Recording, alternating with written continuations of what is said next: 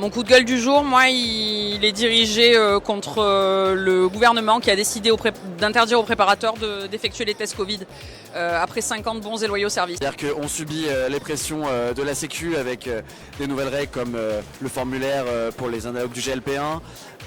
On subit la pression des patients qui ne comprennent pas pourquoi il y a des refus de délivrance.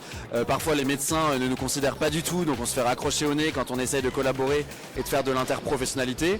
C'était une chose de les dérembourser, c'en est une autre d'interdire à ceux qui le faisaient en majorité de leur interdire de faire ce geste qu'ils ont pratiqué pendant 5 ans, ceux qui ont mené la barque en temps de crise et qui n'ont jamais manqué à leur mission. Là, on est en train de discuter un petit peu sur les compétences du pharmacien et potentiellement l'élargir aux tests de soumission chimique pour un dépistage plus rapide. Et en moins de 7 jours, j'ai eu 2 femmes qui sont venues au comptoir et que j'ai dû aider dans ces démarches. Donc en fait, on est un peu le bureau des plaintes et toutes les parties ne comprennent pas pourquoi il y a un refus de délivrance, pourquoi on a tel ou tel conseil. Certains patients se disent mais qu'est-ce qui m'embête le pharmacien, donne-moi ma boîte et laisse-moi tranquille.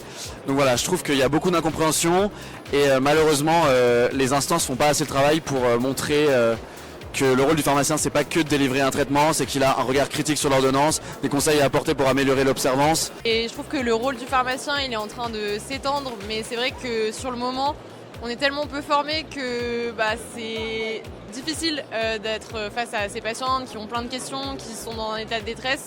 Et j'ai hâte que les choses changent et qu'on puisse être vraiment compétent sur ces sujets-là. Et en région parisienne, je trouve que l'agressivité au comptoir, elle explose un peu, enfin je le ressens sur moi-même. Pour un refus de délivrance d'un médicament, alors que la patiente n'avait juste pas son ordonnance, je me suis fait traiter de con à plusieurs reprises, puis de connard en hurlant dans la pharmacie, voilà, pour être très poli.